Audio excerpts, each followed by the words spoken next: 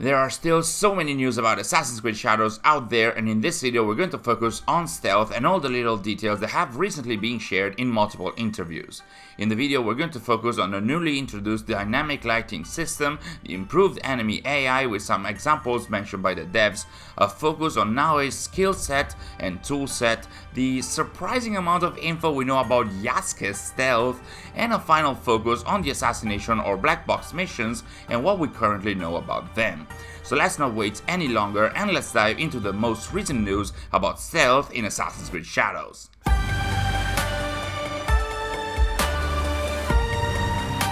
The thing that shines the most, I feel, in Assassin's Creed, it's really the hidden blade, the assassination, being able to stay hidden. That is how game director Charles Benoit commented on the stealth aspect of Assassin's Creed Shadows, and it's quite interesting because it really does look like there is quite the focus on stealth in the game for players that might be interested in testing the system. This is mainly, but not only, due to the fully dynamic lighting system that has been introduced with Shadows, which has a direct impact on gameplay, where lights and shadows affect enemy vision, and in which the radiance from sunlight, torches, lanterns and more can illuminate both the surroundings and the player, making them detectable, and where instead darkness and shadows will be our best friends and will allow us to carefully carry out our stealth session.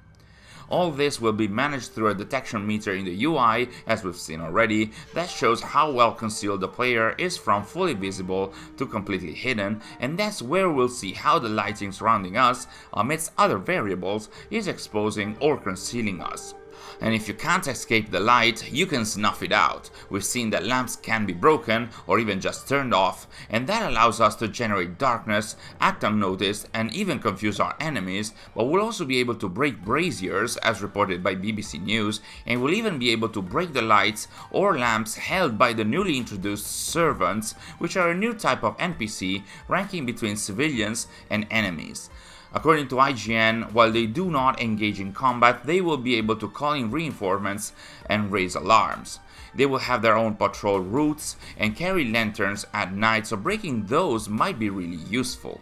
IGN also reported that the servants will be marked in orange, not red, under Eagle Vision, to mark that they are not physically dangerous per se, but we still need to be careful around them. And interestingly enough, I think we might have seen one of their silhouettes in one of the rare occasions where Naoe used Eagle Vision in the gameplay trailer.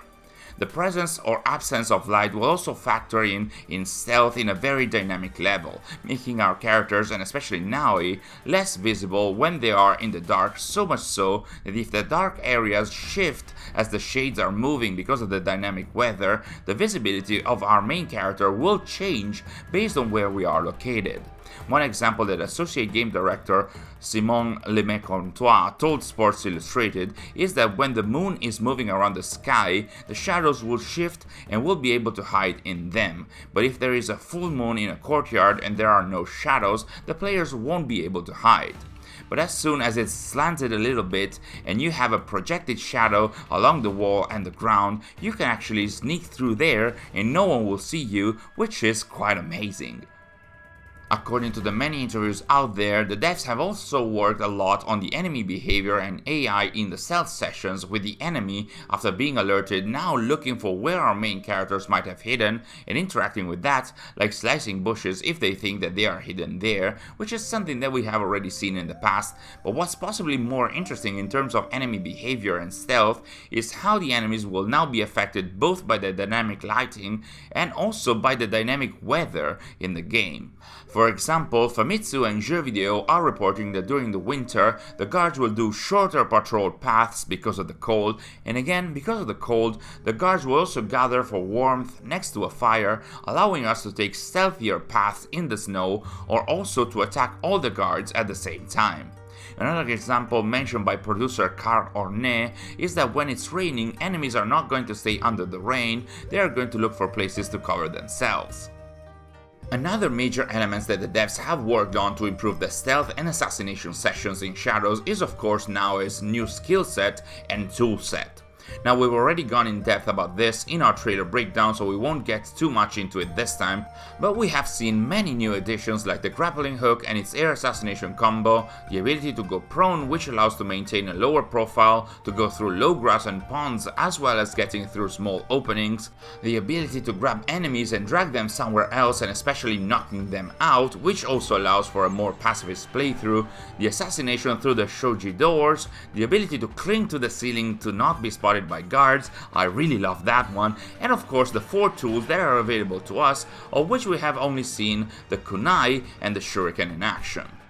Along with all of this, each of Naoe's weapons will have a special assassination that we should take into account and make use of during the stealth sessions, and according to your Raptor, we'll be able to perform these only if we have the weapons equipped.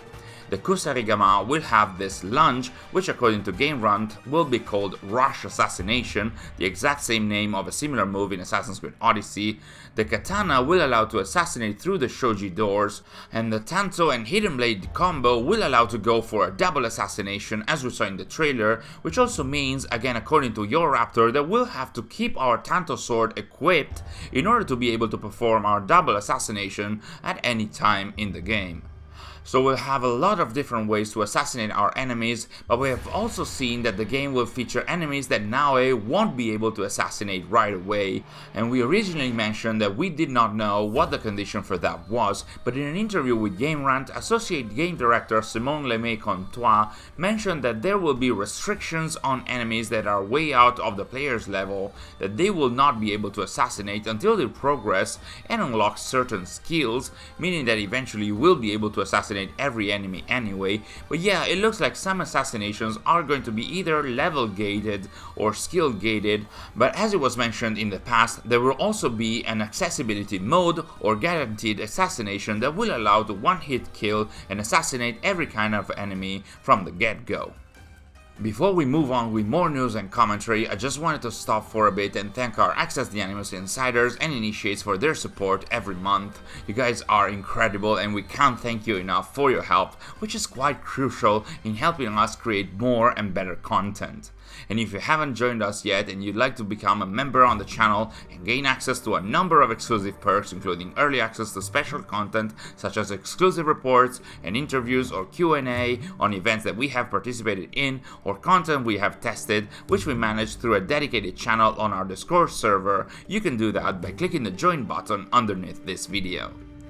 So like we said, there are a lot of new moves and tools for Naoe's stealth sessions, and pretty much all of them were already showcased in the actual gameplay walkthrough, so maybe that's the reason why a good chunk of the reports on stealth in the game are way more focused on the stealth capabilities of Yasuke compared to Naoe's. So here is what we currently know about Yasuke's stealth skill set.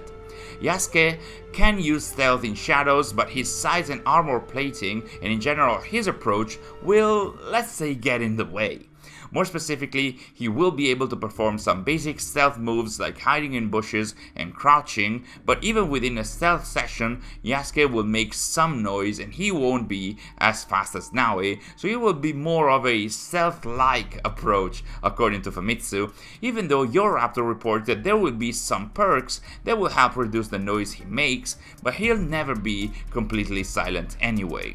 Your Raptor is also reporting that Yasuke will also be able to look around the corner but will not be fully invisible. Part of him will be shown across the corner and he might be spotted. Like we said, Yasuke will also be able to crouch and also to go prone, but he will be slow and noisy because he's heavy and full of plates, and according to Andy Reloads, players can try and have him go prone underwater, but he will immediately get out of the water as he doesn't like having his face submerged.